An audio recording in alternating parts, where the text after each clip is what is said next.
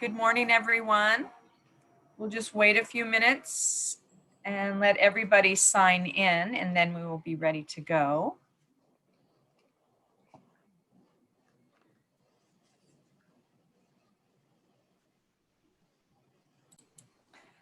Okay, we can go ahead and start. We have with us today Jonathan Han, and he is the London Study Center Manager, and he will be talking us through English universities. This is being recorded, so if you don't have an opportunity to stay for the entirety of the program, we'll be able to send it to you afterwards. Jonathan, off to you. Thanks so much, Diane. Just quickly, are participants able to type questions? Yes. Okay, no worries. Hopefully the actual presentation itself, I've timed it through and it should be around 35 minutes. So it might be best if we do questions afterwards, but if I have a habit of rambling. So if we're going through and any of the content's not clear, if people want to post questions, please, Diane or Megan, don't hesitate to interrupt me. And we can address stuff as we go through as well. That's absolutely fine. Yeah, thank you so much to everyone who is currently tuning in. I'm led to understand that the attendees who have been invited are those of you who have started an application for English universities, but haven't necessarily completed an application or settled on a partner institution. And so, as Diane mentioned, my name's Jonathan, and I'm the London Study Centre Manager, based in our office here in London, which is where I am at the moment. So I apologise for the drab grey background. Myself and my team are responsible for the academic administration and welfare of UC participants who study in England. And what I'm hoping to spend the next sort of 35 to 40 minutes talking about is just giving a bit of an overview about the bit of background about the England programme and about the various partner institutions that you guys from all of the UC campuses are able to come and study at. There's an awful lot of pictures in the presentation. I'm really going to try not to go into too much detail. I don't think this is really necessarily an appropriate forum to go into exhaustive detail about where exactly certain subjects can be studied at which partners. That's going to require more research on your part. What I'm really hoping the presentation will do is just try to bring some of the, especially the non-London partner institutions and areas of England to life, so that you guys will seriously see them as places that you might want to spend your study abroad program. So yeah, there's a contents of what we're going to be talking about. Picture on the right, that's myself in the middle when I had slightly more Harry Potterish glasses. That's Georgia, a bachelor on the right, our program officer. And then to the left of me is Caitlin Weiss. She was a UCSB graduate who subsequently moved to London for a year to work as our London Study Centre graduate intern. And Caitlin studied for a year abroad at the University of Sussex as well. And she's actually just sent me through a testimonial I asked for about why she chose a non-London partner university. So I'm hoping Diane or Megan can remind me if I forget to read that out at the end, because I think that's really useful, because she had a great time. And she subsequently ended up doing a master's degree at Royal Holloway as well, which is one of our partner institutions. So in the next couple of slides, I'm just going to briefly talk about England versus Scotland, Wales, Republic of Ireland, Northern Ireland, just to clear up some of that. We do cover some kind of history at the full orientation when students actually arrive, but I thought it would be good to kind of get the ball rolling now, because I'm a bit of a geek. Then we're going to talk about where you can study, so the London partners and the out of London partners. Talking about London versus not London, some of the benefits. An overview, slide by slide, of the various institutions. I'm going to be listing 13 here. And then at the end, we're going to have time for questions as well. So that's broadly what we're going to be talking about. And again, if people, I can't see questions, but if people want to type as we go along, then I can address things if anything's not clear. And then we can save general questions to the end. And again, it's not necessarily going to be an appropriate forum for where can I study, fluid mechanics 102. But if anyone's got any kind of more experiential questions or questions about what we do here at the centre, then this is going to be a great forum to ask those. So where is England? I've deliberately found a confusing looking map with lots of lines because British people love overcomplicating things. So there's a map of the British Isles. So you've got the island of Ireland on the left, and then you've got Great Britain on the right. And so where you're going to be studying in England is in the section to the southeast that says England. On the other side of the channel, you've got France on the far southeast. So Britain is a derivative of the name that the Romans gave the island. So when we're talking about Great Britain, we are talking about England, Wales, and Scotland. So 3 independent nations that form, as part of the United Kingdom, one sovereign state. The United Kingdom is the United Kingdom of Great Britain and Northern Ireland. So it's a country. You'll notice if you've ever registered for anything and you scroll down to select your country of residence, you normally find the United Kingdom next to the United States. I would say that I'm from the United Kingdom, although I technically live and was born in England. It's very, very confusing. If British people say they understand it, they don't really, they're just lying, don't worry.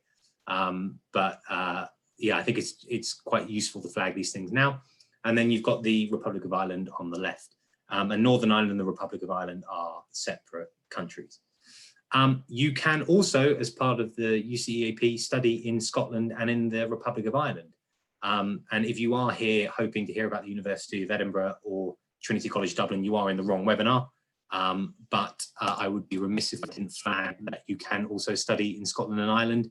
I promised Hilary, our Scotland manager.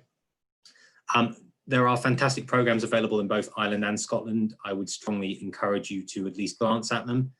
Edinburgh is my favourite city in the whole wide world, so the idea of studying there for a semester or a year, I think, would be really exciting for me. And I hope at the end of the presentation, if you've decided that England's potentially not for you, that you do look at the programs available in the Republic of Ireland and in Scotland.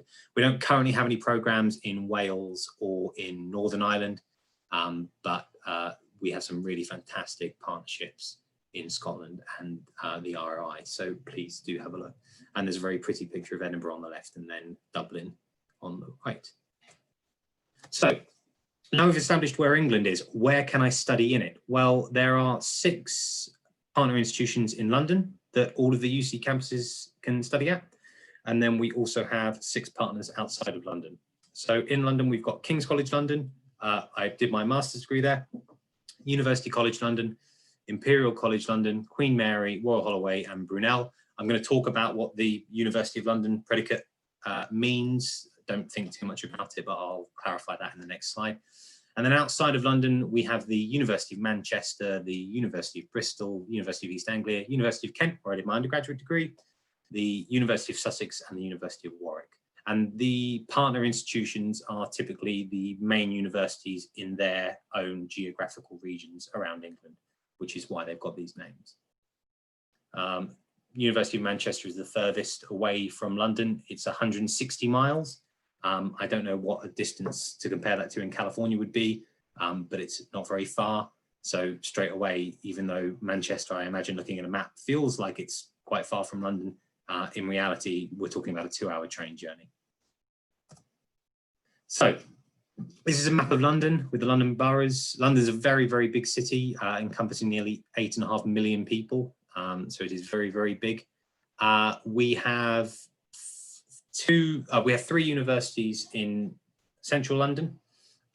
We have 1 slightly not in central London, then we have 2 in suburban London on the outskirts. And just semantics as well, sorry, I meant to talk about this. I use the word university where you would use the word college.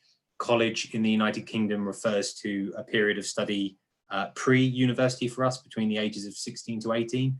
So, and rather than just try and modify what I say and get confused, I'm just going to say university. So when I say university, I mean college. Likewise, when I use the word module, what I'm talking about is course, because British students only study 1 subject area for the duration of their undergraduate degree. We call that subject our course, and what you would call courses, we call modules as well. Okay, so I hope that's sort of clear, but don't worry if anything I'm saying is a little bit confusing. So the 2 most popular partner institutions that we have are King's College London and University College London. In the next slide, I'm going to cover them briefly, but not in too much detail because you guys tend to do your research about those 2. Then we've got Imperial College, London on the left, Queen Mary, University of London, just outside of it, and then Brunel and Royal Holloway. The key things to remember about University College London and King's College London is they are not campuses in the sense that you would understand them. They are what is known in the UK as city campuses. And a city campus broadly means that there are buildings, teaching buildings and lecture theatres, etc., spread out around different parts of the city, and the accommodation is also spread out, not in a centralised campus. So straight away, if you're expecting to go to King's or UCL, thinking that you're going to be living and studying in central London, especially on a campus, you are mistaken. Even the closest accommodation to King's College London, you're probably looking at a 45-minute to hour-long commute by bus or by tube. University College London does have slightly closer accommodation to its teaching buildings, but you're still looking at probably a minimum half an hour walk or bus ride or tube. And again, the price of the accommodation varies, so the more central accommodation might be more expensive. So these are just things that you might want to think about. Queen Mary is just outside of what we would call central London. I used to live very, very close to the campus, just around the corner, in fact. It is our only central London campus university. So if you want to be in central London and you want to be studying on a campus, Queen Mary is a good choice for you. Imperial College London has some accommodation near to its main teaching buildings. But again, it tends to be spread out around the city. And then Brunel and Royal Holloway, both of which are not very far from Heathrow Airport, which is the plane symbol on the map by Hounslow. They are both very large campuses in very leafy green suburban areas of the city. So they're also good choices for campus. And it takes 35 minutes by train to get from Royal Holloway to central London.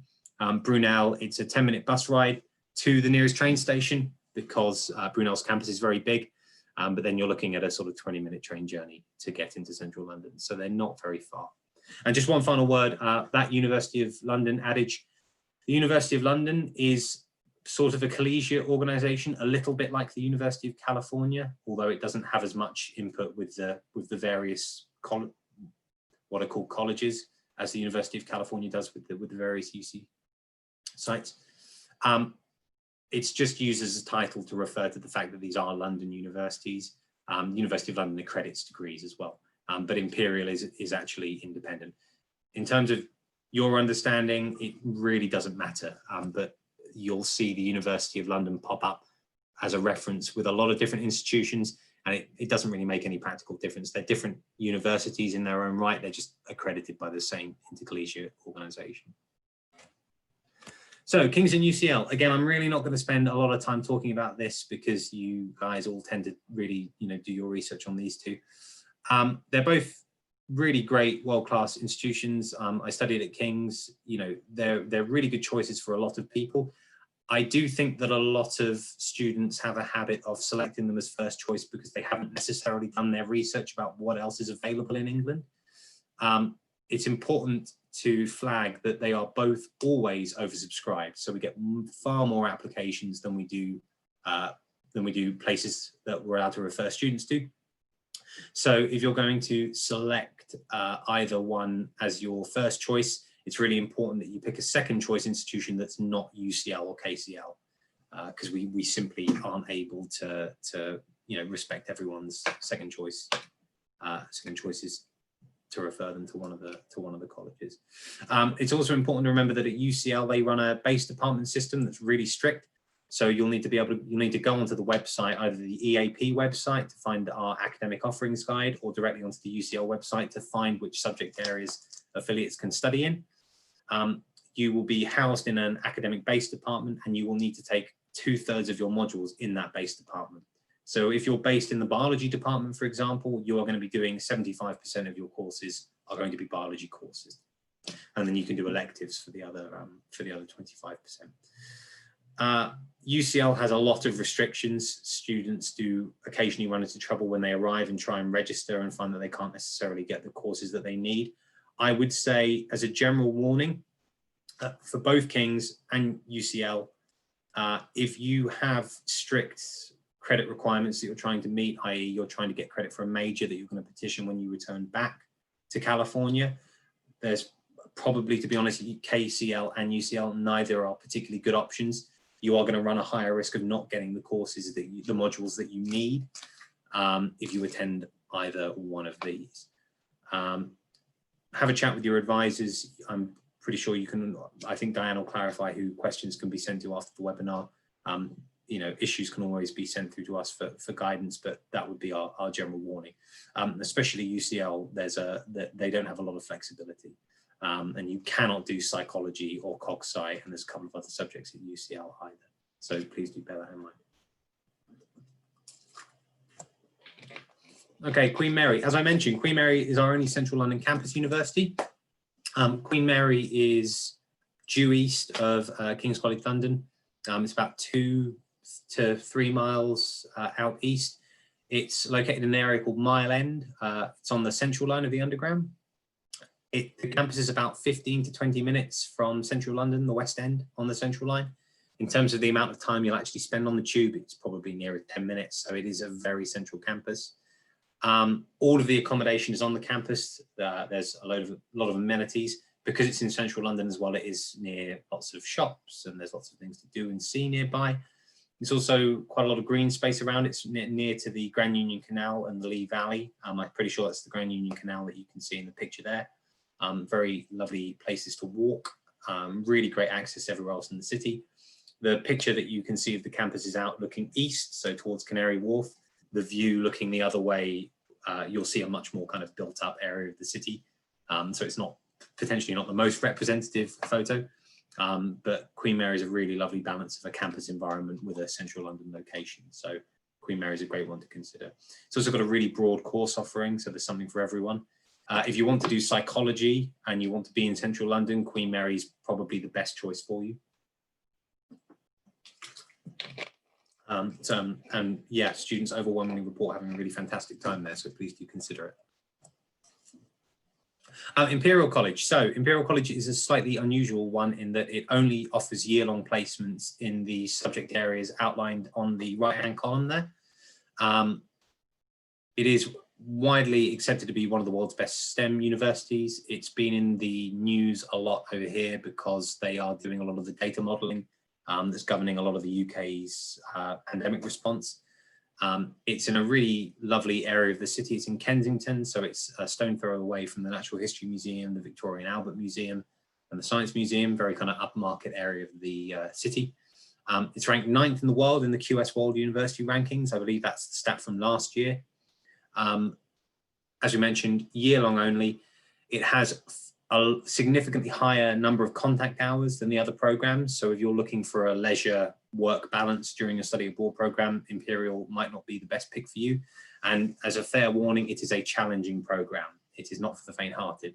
But if you are interested in getting a really world-class technical engineering in one of those subject areas, and really, you know, putting some excellent credentials on your degree transcript, then Imperial might be a really good option for you. So moving further out to the west, we see Brunel, University of London. It's a very large campus. It's not really near another sort of town or suburb of London. It's its kind of own entity. It's right next to the Colne Valley Regional Park. That's the picture in the bottom right. Very, very beautiful area of the city.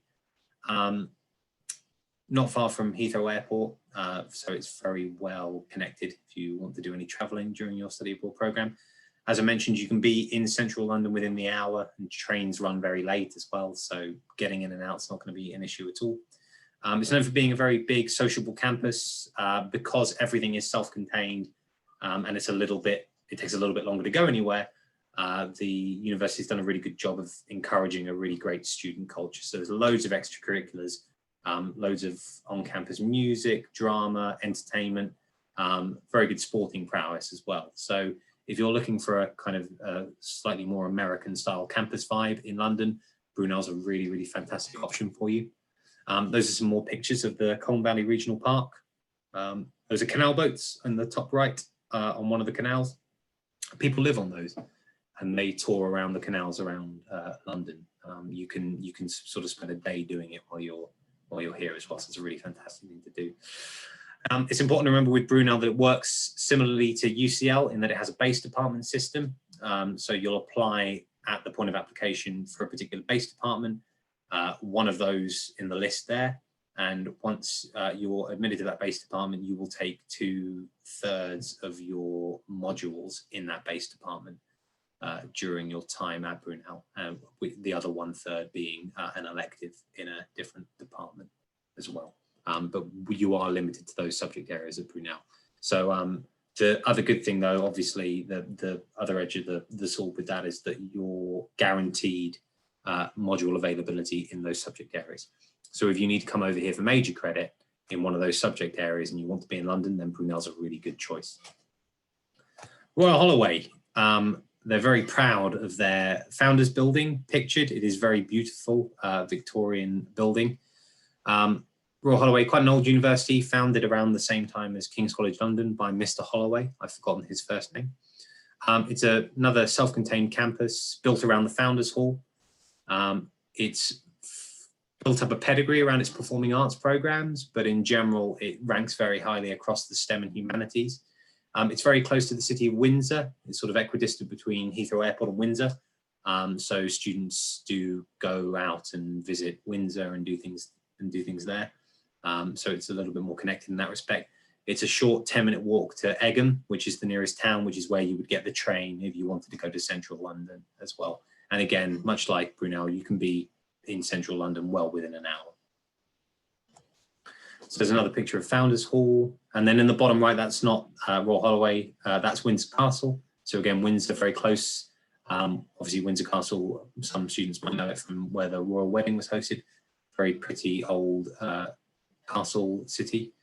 Royal Holloway's known for having a really excellent student culture, very good competitive sporting team. Lots of great clubs and extra society, student societies. They also have lots of courses available. Students who have attended in the past have never had a problem. And the great thing is as well is that Founders Hall, it's not just for show, it's a teaching building with accommodation. So at least half of our students typically end up being housed in Founders Hall pictured. So if you want to sort of stay in a late Victorian kind of Hogwarts knockoff, then Royal Holloway is a great pick for you. It's a very green, leafy campus as well. So it's nice to have that balance between being close to the city and being somewhere a little bit further out. So that's London. And now to talk about the rest of England. There is an entire world outside of London. I think one of the things that really blows students away when they arrive is that all of the different regions of England, even though they're so close to one another, really do have their own regional cultures and customs and things to see and do. It's one of my big things is to encourage students to make sure that they explore England, even if they do travel internationally whilst they're on the study abroad program.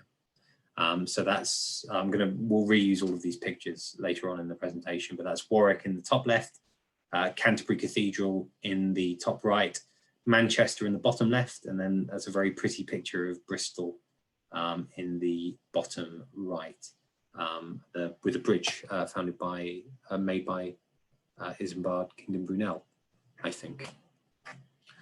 So I'm going to go through these one by one. So this is going to feel like there's going to be a lot of information, but again, this is recorded, so you can just watch it again. And again, if anything's not clear, please do type in questions, and we can try and answer anything appropriate as we go through.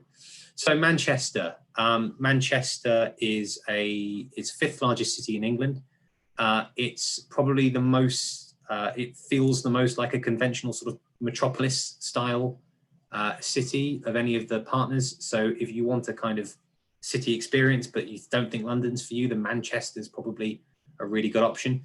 It's 163 miles from London. As I mentioned, it's located in the north, a very kind of Game of Thrones-esque. The north refers to the regions around the kind of Shire counties, Yorkshire, accompanied with a kind of quite stout sense of local culture, I think because their weather's so bad during the winter. It takes 2 hours by train to get from London to Manchester, and trains run every 20 minutes from London Euston in central London, and they run very late as well. So some people do even commute in from Manchester. It's not unusual for people to commute from Manchester to London. A train ticket is going to cost you, I found one for £44.50 the same day. That was the average price. It's just important to remember that when I'm talking about train prices, if you're attending the program in England and you're under the age of 30, you will automatically qualify for a rail card, which is going to give you a third off rail travel. So straight away, that £44.50 is going to go down to nearer 30 quid. Sorry, 30 pounds. I need to stop using British slang. I'm going to be told off for that. Down to 30 pounds. I guess that's like, I don't know, $37 or something. And also if you book trains in advance, and by advance, I mean, even just to 6 p.m. the night before you're planning on traveling, you can get probably 50–60% off as well. I travel to Manchester once a semester, typically to visit students, or even twice a semester if we run some kind of event up there. And I have managed to find tickets for sort of £15–16 return as well. So it is affordable. If you're worried about not being able to go to London, if you're in Manchester, you will be able to, don't worry. But there is an awful lot to do in Manchester itself. The University of Manchester itself is incredibly prestigious. It's a very old institution. It was founded in the 19th century, I believe. It's the second largest university in the UK, behind University College London, which we've already mentioned. It is a city campus, but most of the buildings are located in the heart of Manchester, as is most of the accommodation. So it feels a little bit more connected than King's College London or even UCL might. It's very famous for its medical, biology and chemistry programs. I think it's the most popular doctoral medical doctor training program in the UK. It's currently ranked as the 6th best institution in the UK, the 26th globally. And it's the birthplace of nuclear physics. I've littered sort of quirky facts around the slides. It's where Ernest Rutherford first split the atom. So if that's what floats your boat, then Manchester might be for you. Manchester itself, it's been expanding incredibly rapidly for a very long time. It was the first industrialized town as part of the Industrial Revolution during the Victorian period. It was very famous for textiles. It's because it offers it's a very kind of well-established city, but it's still more affordable because of where it is. It's the most popular destination for citizens who are leaving London. So over the last couple of years, more people have been leaving London than moving to it. It's very expensive in London, as you can imagine. And Manchester is where they choose to go, and I can understand why. There's an awful lot on offer. It's become very famous for food. Some of the best kind of restaurants in the country are in Manchester. It's also a very famous, slightly famous party city, very vibrant culture and nightlife, very kind of proud student city.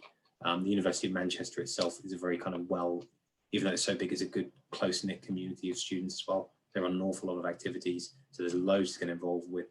And the cool thing about Manchester as well is because it's such a big university like UCL, unlike UCL, it has a wide range of courses available to students with few restrictions. So obviously it's important that you do your research and you make sure that there are courses available to you as an international affiliate student. You need to do that before you apply. But there's pretty much always something for everyone, and you really will be getting a world-class education at Manchester. Small point in the bottom right as well, those are dress robes. So I had a brilliant moment with a student that I had a one-to-one with probably over a year ago now. And they were studying at Manchester, and they hadn't realized that their accommodation needed formal robes for dinner. So if you apply for some of the accommodation blocks, you'll be asked to purchase dress robes, specific dress robes associated with the accommodation before you arrive. And I think a lot of the students assumed it would just be for maybe like a dance or a ball or something, but actually those robes need to be worn every evening for dinner if you go down and eat in the canteen hall. So if you want that kind of slightly Harry Potter Hogwarts-ish experience of dressing up in robes and eating, then on big long wooden tables with candles, then University of Manchester might be a really great pick for you.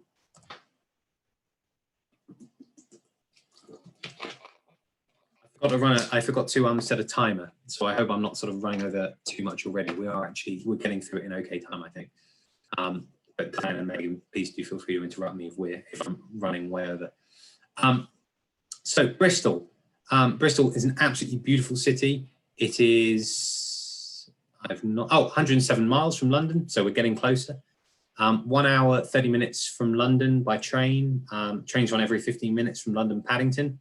I found tickets for £30 the same day. Again, you'll save a third off that just by being under the age of 30, and you will make additional savings if you book in advance. It's the capital city of the sort of west of England, the southwest region. It's a very young population, but still quite a big city, over 450,000 people. It's a very large student city. Bristol was built pretty much next to Bath, which is a very famous spa town. Bath was a settlement founded by the Romans because there's the only naturally occurring hot spring in the United Kingdom is in Bath. So Bristol and Bath have both developed into really popular tourist destinations. So there's an awful lot to see and do in Bristol. The university itself, again, is very prestigious, founded 1876. It's a top 10 UK university, one of the, what we call the Russell Group universities. If you see the term Russell Group, that's just it's a slightly kind of Ivy League style badge. Boasts some of the best courses in the league tables across disciplines. So rather than just specializing in STEM or being very well known for social sciences, it does well across the board. It's got a very wide, unrestricted range of modules available to students. Very famous sports teams affiliated with the university as well, especially in rugby. And Winston Churchill was Chancellor, I found, while I was researching this presentation as well. So there you go. Bristol City itself is, I absolutely adore Bristol. I would probably quite like to move there. It's widely accepted to be probably the best student city in the UK. As we mentioned, it's the largest city in southwest England with one of the youngest populations. Very famous arts and music and nightlife. It's home to the Bristol Old Vic Theatre, which is a very well-known, very well-respected contemporary theatre. One of the most visited cities in the UK. It's on I can't remember the name of the river, which is absolutely shocking. But it was the heart of British shipbuilding in the Victorian period. So a lot of the buildings date back to the sort of, high Victorian. Very, very beautiful, as is the bridge. It's very hilly, so if you don't like hills, it's not for you. It boasts some really fantastic progressive credentials as well. It's the UK's greenest city. It's very proud of its progressive credentials, and it's also a very liberal and LGBTQ plus. It has a very LGBTQ plus friendly culture as well, and the university really prides itself on that as well. So Bristol is a kind of, you have to consider Bristol as a really wonderful place. Canterbury Trent, my alma mater. We are now only 54 miles from London, so like a stone throw's distance. This is a commute for most Californians. It really is a commuter town. I lived there for a number of years and commuted to London as well. I actually lived further out than Canterbury. It takes 54 minutes from Canterbury to London on the fast train. You can get tickets for £28.70 same day. Again, if you book in advance and have a young person's rail card, you'll get it substantially cheaper than that. It's consistently the safest student town in England. It's a very small city. It gets the title of city because it's got a cathedral. We have a kind of cathedral city system, but the population is 43,000, which is absolutely tiny. And it's got two quite large universities in it. So 50% of the city population are students. So in terms of locals, it is absolutely minuscule. And Canterbury is one of the oldest continuous settlements in Britain. Kent was one of the sort of first populated areas of England by the Anglo-Saxons. In Canterbury, there are records of Canterbury settlements going back a very, very long time indeed.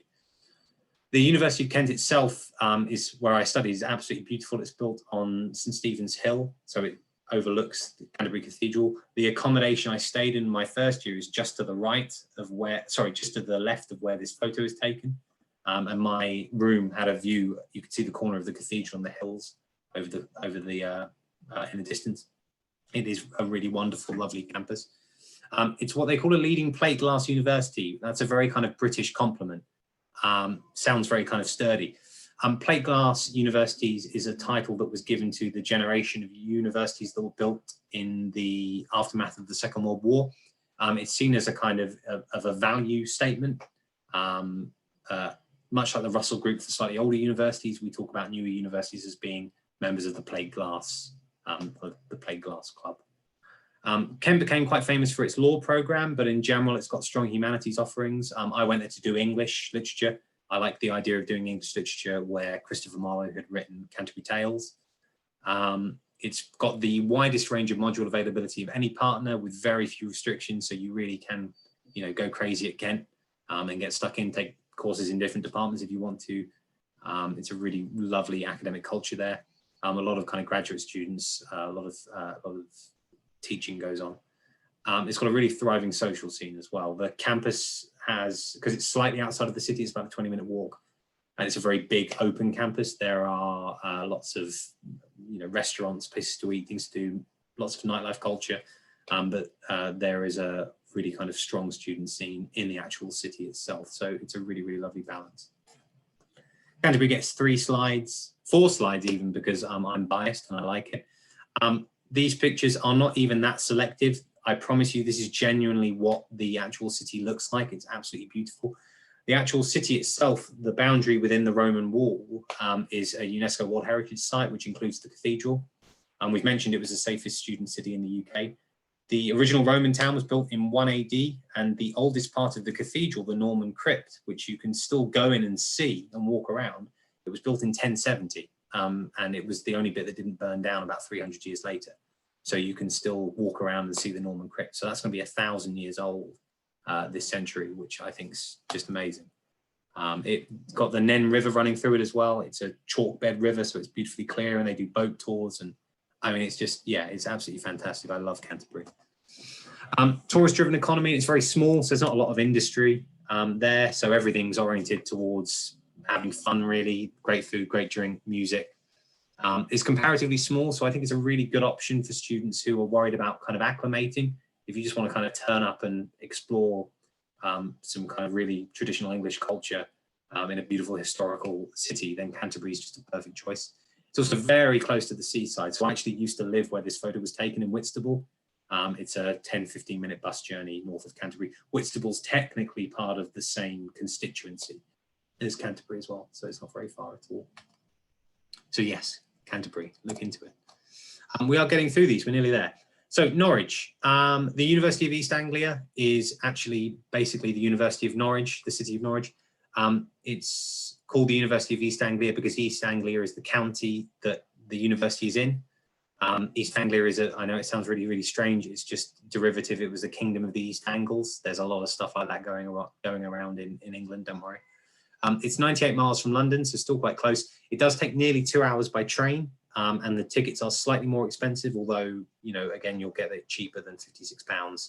I guess that's like $65 if you have a rail card, young person's rail card, and book in advance. It's got a slightly kind of windy train route, which is why it takes longer and is slightly more expensive. We have private rail franchises in England, which don't work particularly well, which means the prices kind of vary depending on region. But it is still, it's perfectly reasonable to do day trips to London and vice versa. It's a cathedral city like Canterbury, but it's got nearly 5 times the number of people living in it, nearly 200,000. So it's very big. The University of East Anglia itself became very famous because of a creative writing program, which boasted alumni like Kazuo Ishiguro, who wrote Remains of the Day, Never Let Me Go, and Ian McEwan as well, very famous British novelist, wrote Enduring Love. Atonement, I think, got turned into a film with Keira Knightley and that Scottish actor whose name escapes me. He was Magneto in the new X-Men films. I'll let you do your research on that. It's situated on England's east coast in Norwich. It's in a nice kind of leafy suburb. It's in one of the most beautiful areas of England, the bit around East Anglia, the East Downs, and the bit around Southwold is very famous bit of stretch of coastline and woodland. It's very, very pretty. UEA offers courses across all subject areas. The campus, it looks very strange. It's very famous for being in the brutalist style. Brutalism was a style of post-war modernist architecture. It's not for everyone. I quite like it, but a lot of people don't. But it's actually, I think it's a lot of the architecture is protected, which is why it hasn't been replaced, because it's seen as historically valuable. So it's a very interesting campus. But all self-contained, the accommodation's all in there. It's very close to Norwich, and it is very, very pretty. Norwich itself, again, like, as we mentioned, it's in some of the prettiest English countryside. There's some very pretty coastline. Norwich, think of it a little bit like a big Canterbury. That's Norwich Cathedral on the right, and then I'm sure that's a typical Norwich street on the left. I've got a quote I found a quote from the CEO of Vietnam Airlines, who described the Norfolk city as being on par with an Indonesian island. To me, Tudor oak beams don't necessarily scream Indonesian island, but I'm sure that the CEO of Vietnam Airlines at the time had their reasons for saying what they did. So take that as an endorsement, I guess. But again, Norwich is a very big city, very big student city. So it's still going to have a kind of good social scene with lots to see and do. But if you want something a bit bigger than Canterbury, but like the idea of being somewhere quite historical, Norwich is a good pick. University of Warwick. I think after Warwick, we've only got Sussex. So we are nearly there. University of Warwick. It's the university for the county of Warwickshire. Confusingly, again, the University of Warwick is actually technically in Coventry, the city of Coventry, and the town of Warwick, from where the county takes its name, is a town just a few miles south of where the campus is. Coventry is 86 miles from London. It takes 1 hour, £15 the same day, so incredibly cheap. I think that's the cheapest sort of daily route of any of the partners. Population of Coventry is 325,000. And the population of Warwick, the small town south of the campus, is 30,000. University of Warwick became very, very famous for its economics and business and accounting programs. It makes up one of the 5 what they call the Magic Circle universities. So alongside the University of Oxford, Cambridge, London School of Economics, and University College London, it's part of that circle because it's a top recruitment destination for finance and investment banking. So if you are interested in economics or finance or accounting or anything like that, this is a really good option for you. There are slightly more restrictions on attending Warwick. There are very limited options for students who just want to come during the fall. But for year-long students, you can study the following subject areas. There is some fall availability. So if you are interested in Warwick, it might be worth going onto the website or going onto the academic offerings guide on the EAP website to see what's available to you. But those subject areas there are available for year-long study only. And then if we go to the next slide. Yeah, so these pictures are both from Warwick. So Warwick was originally a very historically significant military fortress. It was absolutely huge. I think it was the biggest that was built at the time. And Coventry was the town that served it. But obviously Warwick didn't really expand because it had kind of walls around it. So Coventry grew in the sort of 16th and 17th and 18th centuries. What's quite interesting as a result is that Warwick, the town, is pretty much untouched. So it's an incredible place to walk around if you're interested in history. Coventry itself was completely flattened during the Blitz in the Second World War. So the actual town itself is very, very modern and new. There's a picture of it there on the left. So it's a really interesting balance because you're in the kind of campus, so you've got that campus environment, you've got a modern city to the north, and you've got a really small historical town to the south. A lot of students end up staying in a very fashionable area called Leamington Spa as well. There's a picture of it on the right. So it's a very, very nice upmarket place, and it's very affordable as well. It's a very kind of cheap area of the country to live in. It's a very cheap area to commute to London. Very well connected. So there is a lot going for Coventry and Warwick. I think this is the last partner university. So let's plow on. So University of Sussex, Brighton, 47 miles from London. It's a commuter town. So an awful lot of people who work in London live in Brighton and just commute in and out every day. Tickets £19 same day. It goes through Gatwick Airport as well. So it's very well connected to the airport if you're keen on traveling. The campus is basically on the edge of Brighton itself. The easiest way to get there is a short 8-minute train journey from Brighton Central to what they call Falmer, which is the station near the campus, but there are also buses that run. You can even walk it as well. Population of Brighton is 230,000. The University of Sussex, I'm pretty sure, don't quote me on this, I'm pretty sure it had a North American architect. So actually the campus is designed, it's a United States quad style campus. So it'll be very familiar to anyone who goes there. It's sort of, there's a quad in the middle with the buildings built around it. University of Sussex ranks very highly for social sciences, international relations, communications and media. It's a fantastic place to go and do comms. The only strange thing is there isn't a dedicated communications department. So if you want to take comms courses, you are studying them in different departments, which you're able to do. Caitlin, who I mentioned earlier, our former intern, she was a comms major at UCSB, and she came for the year to the University of Sussex, and she did a year's worth of comms courses. I'm pretty much sure they were all petitioned back successfully for major credit. So even though she wasn't in the comms department, there was no issue there with taking comms classes. And they were great. She did very practical courses, hands-on courses. There were lots of trips. She was able to do production and things. So she couldn't rate it highly enough. I think the testimony I've got that I'll try and read out at the end if we've got time talks about what a fantastic time she had at Sussex. So at Sussex in general, though, it offers a wide range of courses. So there's loads of great STEM stuff there as well. So please take a look. Brighton, very famous student city, very famous LGBTQ plus scene. Brighton, it's the kind of heart of local music in England. Beautiful beach line, that's Brighton Pier, and then the wheel is located just to the right of the pier. I don't think the wheel's there anymore, so I apologise if that's false advertising. But the town itself is absolutely stunning. Not very far from campus as well. Brighton is one of the most visited places in the UK. It's also an incredibly popular destination for people to move to. So Brighton is absolutely fantastic. And again, it's one of those campuses that when we talk to students, you know, as they're approaching the end of their time abroad, you know, they really have a wonderful time at Brighton and Sussex. So last couple of slides. Those are all the partner universities. So I hope that was helpful. Again, we can dive into some questions in a minute. It's important to think about beyond what's academically suitable and, you know, what you're interested in terms of where you want to be, campus, city, etc. Accommodation and pricing. London is going to be more expensive. The accommodation is going to be more expensive. If you're self-catering and buying food, then you can still live in London quite cheaply. But the moment that you want to go for a meal or, you know, go and do something in the evening or go and see a show or something, you're going to be paying a premium just by being in the capital. So do bear that in mind because it is substantially more. Travel fees, you can't walk to class in London if you're going to King's College London or University College London. And a monthly travel card, which will give you unlimited use of the tube and the bus, is probably going to cost you, even with a discount, in excess of £100 a month.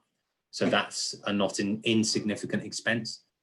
I meant to drop Caitlin's testimonial in there on this slide, but it was quite long, so I might read it out at the end if we've got time. So this is a very rough guideline. I'm not quoting any prices here. This is a calculated off the top of my head average based on what I found on the websites and the materials that we've been sent through from the hosts themselves. So an average self-catered room. These are all single rooms, by the way. We don't really do twin rooms in England. There aren't very many available. So the odds are wherever you go, you'll be in a single room in a big block. King's College London, £800 self-catered. So that's about $1,068. Royal Holloway, less, £500. University of Manchester, UEA, and University of Kent, there are so many different options available that I've just put a kind of broad range. So these are mid to low range. There is accommodation at King's College London and at UCL that I know can cost £1,500, £1,600, even I think up to £1,800 a month. So I've deliberately quoted something typical for what our students might go for. And again, these are sort of mid to low range options. So it is important to have a think and do your research before you go. All of this information is available on the website. There's no premium for accommodation being an international student. So the prices quoted there are going to be accurate, but just remember they're in pounds. So you're going to need to do the conversion. Okay, last few slides. So I've mentioned the travel card. Manchester, yeah, so I mentioned it's a city campus. A lot of students can walk from their accommodation to class, but if you do need to get a bus, it's £1.50 per journey. Pretty much all the other partners you'll be walking to class, you won't need to commute, with the exception of UCL and KCL.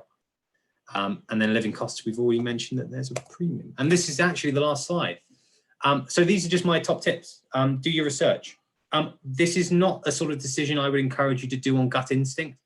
I think it's instinct works well when you know about the environment. For you guys, the overwhelming majority of you, this is going to be a very new thing. So it really does reward research. You know, think about your goals and motivations. Do you want to be somewhere historical? Are you going to be traveling a lot? Do you want somewhere guaranteeing major credit the most important thing?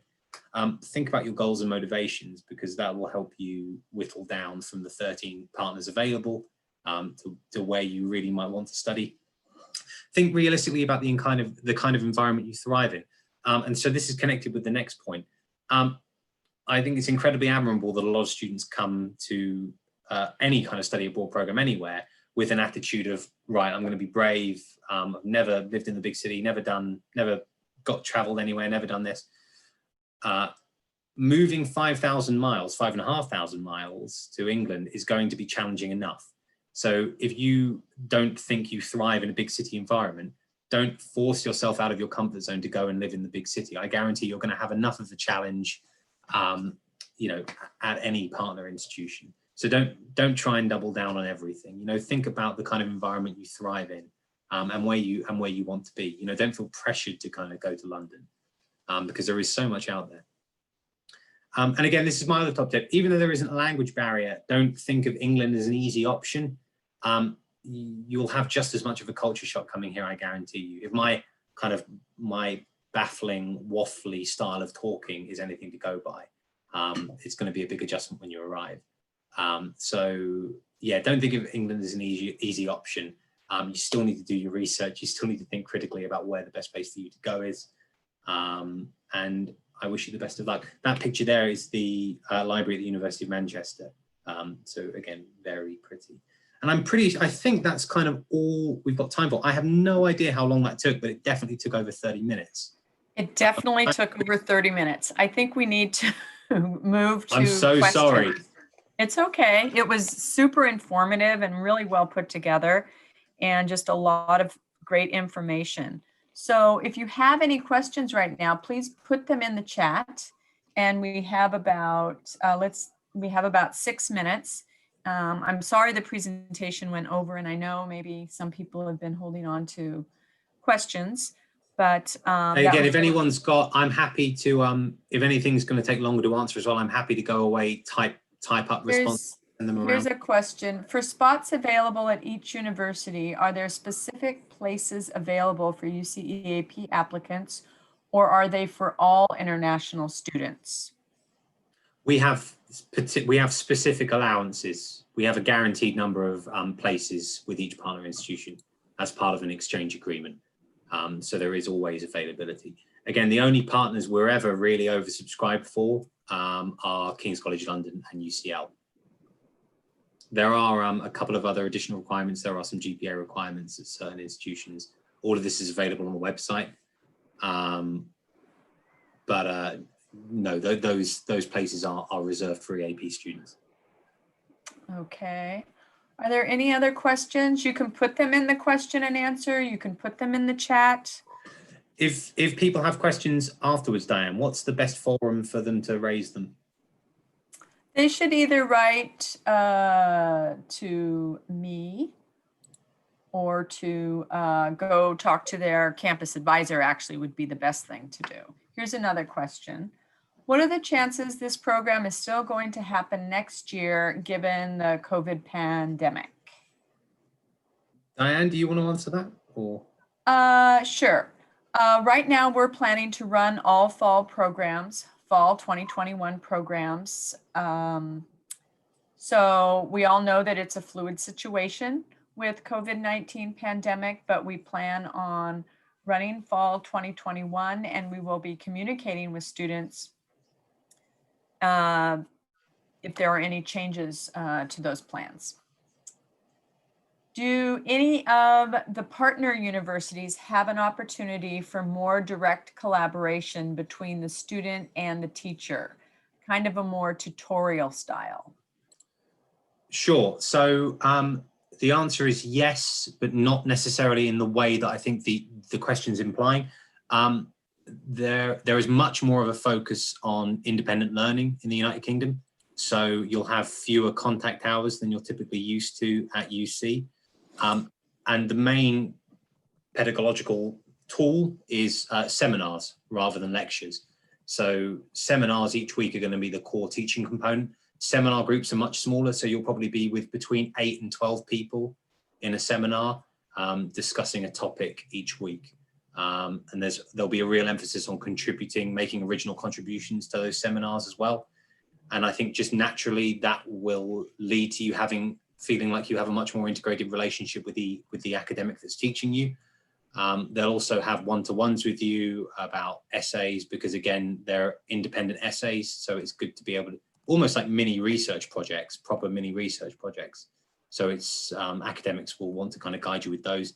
Depends on the subject area. That's going to be much truer of humanities students. You know, so for example, in my final year at the University of Kent, I had only six contact hours per week, because the rest of the time I was just reading. And that's, you know, that's just the way it was. But I had a great, really integrated relationship with my academics as well. So yes, I think you will feel as though you have a more kind of one-to-one relationship with the Okay, we have another question here. If I were to rank University of Manchester as my #1 program, what are the odds of me getting into that program? As long as you meet the GPA requirement and you're applying for a course that you can study at Manchester. So for example, you can't study medicine or nursing or dentistry at Manchester. So as long as you didn't apply saying I want to go to Manchester to do dentistry and you met the general GPA requirement, I can't remember what it is off the top of my head. Yes, you would be placed there. Then the next question, how can I check if there are specific course I can take for major credit department advisor? Yes, Sure. Please check with your campus advisor and your department academic advisor to see if you will receive major credit. Can I just add to that just to say, yes, please. Because courses on the AP program are not pre-approved. You petition for credit for, say, a particular major course once you return after your study abroad program has ended. What this means is that at partner universities that have had a lot of students at them in the past, we have a much bigger record of courses that are available for petitioning. So if you go and talk to your advisor and your advisor doesn't have a record of any courses successfully being petitioned for physics credit at UC San Diego from the University of East Anglia, the chances are that's probably because no one from UCSD has tried to petition physics credit from East Anglia in the past. That doesn't mean that there aren't courses available. So it's always good to, if you can find courses that you think might be suitable matches, find a copy of the syllabus online or a course description, and take that to the advisor as well. Great. I'm not seeing any more questions. And we're now at 11 o'clock, so it's been an hour, and I know in our invitation we said 30 minutes.